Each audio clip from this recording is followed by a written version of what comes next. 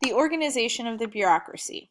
So the next slides are going to explain the different parts of the bureaucracy, the different departments and agencies, and explain what they do, as well as providing examples of each of the different parts of the federal bureaucracy and explaining how the people at the top of these agencies or the head of these agencies get their positions and how long they keep their positions. So I like to compare the bureaucracy to the solar system. The president is the center of the solar system, or the bureaucracy, like the sun, is the center of the solar system, and everything else just revolves around the sun, and all of the different parts of the bureaucracy just revolve around the president. Some are just closer to the president than others, so some of the parts of the bureaucracy have more connection and more loyalty to the president, or more affected by the president. The one that is the closest is the White House office. I would replace this with a picture of Donald Trump and his advisors, but there's not any pictures of them yet. So there isn't like a White House photographer that posts pictures on the website like there was in the Obama administration. So I'm just kind of sticking with this for the time being. But the definition of the White House office or the White House staff is that these are the closest advisors to the president. These are his personal staffers. These are generally people who helped him win his campaign. These are your Steve Bannons, your chief of staff, your policy advisors, the people who are helping the president make decisions on a day-to-day basis. So like I said, Steve Bannon is a close policy advisor to the president. He helps him make decisions on national security and domestic policy. You have part of the White House staff is the press secretary, like Sean Spicer, people who are supposed to communicate with the press and keep a line of communication open to the White House and keep the activities of the White House transparent to journalists. These people are personally loyal to the president. They don't need Senate approval. They serve at his will, and they have had a close working relationship with the president, specifically as part of his campaign. The president sets a tone for this White House. It is his administration, so he gets to decide how much he's going to rely on the other people for advice, or how much he's going to rely on his advisors. He's going to set the tone for professionalism, transparency with the media, all of that. All the things that Donald Trump has been questioned about in the first 13, 14 days of his presidency. Here's an outline of the West Wing of the White House. This is the Oval Office. The president has an office off the Oval Office that's more of like his private office. There's where the cabinet meets, and various like his other advisors have offices right across the hall from him, so they work with him closely on a day-to-day basis. Now, so White House is like Mercury. Okay, they're right there, actually, excuse me, let me back it up. They're sunspots because they're right there on the president. Mercury would be the executive office of the president. So actually, the executive office of the president, or the EOP, is just right across the street from the White House. They're still really close to him, but he doesn't necessarily meet with these people on a regular day-to-day basis. The definition is that it was established in 1939 by Roosevelt. Roosevelt realized he needed some assistance in carrying out all of the different parts of the New Deal. So the executive office of the president is a collection of offices and organizations that help the president oversee the federal offices, really, that were created by the New Deal, but some have been added to them as well. The National Security Council is a part of the EOP, or the Executive Office of the President. These are your key foreign and military policy advisors. Currently, under the Trump administration, he has put Steve Bannon on this council, which is a political advisor, and typically you don't have political advisors serving on the National Security Council. You're supposed to keep politics out of national security decisions, so that has been a decision that's been criticized. The Council of Economic Advisors, the CEA are basically the top economists that advise the president on the climate of our economic state, like how well are we doing, how strong is our economy. Each of these people are appointed by the president. They prepare annual reports. They help the president make policy on checking inflation and unemployment. And then the OMB, and we talked about the OMB before. The president is responsible for preparing a budget, and he has the OMB assist him because the OMB really is kind of the overseers of the management of the entire executive branch.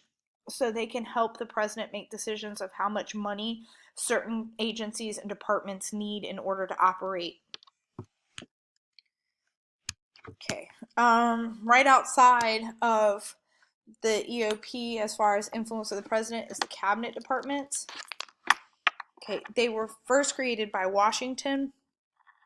The Constitution does say that the president has the ability to create advisory offices and appoint people to help him carry out the work of the executive branch. That's the cabinet department's job.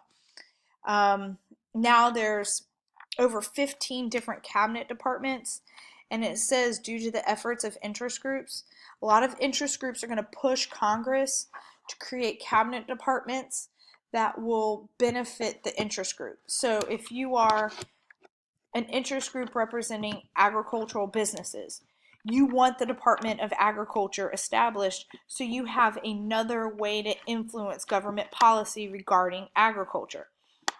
If you are an interest group dealing with civil rights, you want Congress to create a civil rights department within the Department of Justice so you have another way to influence government policy making over civil rights.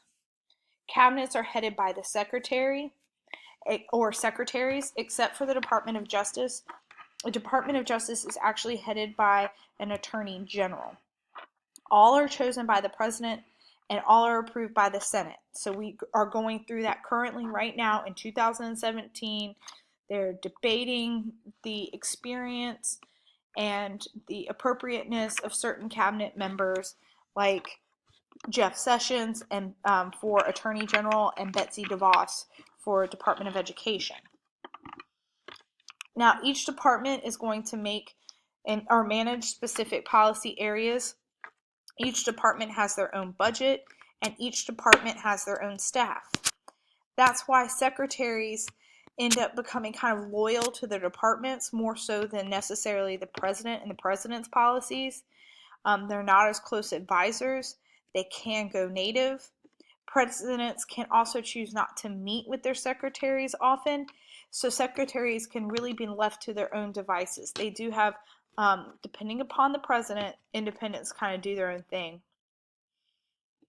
Many other offices fall underneath the departments, and the real work is accomplished in these offices. So like in the Department of Justice, you have a Department of Civil Rights, you have the Alcohol, Tobacco, and Firearms, the U.S. Marshals, the FBI. So all of those different bureaus, offices, and agencies do a large part of the work of the Department of Justice. Largest departments used to be the Health and Human Services. Now it's the DoD, or DoD, Department of Defense, which includes the military. All right, then you have independent executive agencies. They're not a part of cabinet departments because they don't really have a function that can fall under one of the cabinet department criteria. So like, where are you going to put NASA? Department of Transportation? They don't even have shuttles anymore. So NASA doesn't fit anywhere. They're so specialized. The people who head these independent agencies are appointed by the president, and they're confirmed by the Senate, and they have tenures that might last beyond what the president's tenure is. And examples of independent agencies would be the General Services Administration. They have the responsibility of keeping up with the buildings in DC, like government buildings, the National Science Foundation, and of course NASA. Then you have government corporations. Government corporations are exactly what they sound like. They are a business that is run by the government. They provide a service that could be handled by a private company, but instead it's run by the government. Decisions are made by the government. They are staffed by federal employees, and they receive funding from Congress. The United States Postal Service is an example of this. The Tennessee Valley Authority is an example of this. The TVA, what they do is they provide electricity to areas that are hard hit as far as high levels of poverty. So they make sure that services can be provided at a cheaper rate than a consumer would probably pay for at the private sector. Now, another reason government corporations were formed was kind of to establish the standard that private companies would need to match. So, sure, you have FedEx and UPS, but when they first started, their competition was the United States Postal Service. They had to beat the United States Postal Service at their game, and many people would say they did. So, again, examples would be TVA, Amtrak, the passenger train service, the FDIC, the Federal Deposit Insurance Corporation. So if you have money in the bank, you are covered by the FDIC, and the United States Postal Service, which is the largest of all the government corporations. So you might ask, why do we have government corporations? Why do we have all these agencies? Why are private companies doing the work of all of these government agencies, and then we can make the size of the government smaller? Well, that leads into privatization. So the definition of privatization is hiring companies through a process of your company bidding the lowest bid to give the highest quality service to the government. So basically, your company would do the work the government was doing for the best price possible. Now, the pro of privatization is that there's competition in the private industry or private industries, which means they're going to be the cheapest possible way to perform a service.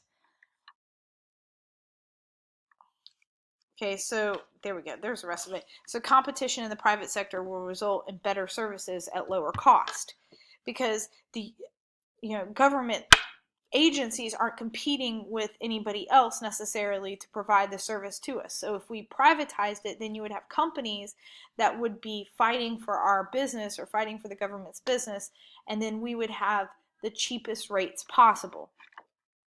The critics of privatization say, one, there is no evidence that private contractors have provided service at a more efficient level or more efficient than the federal level.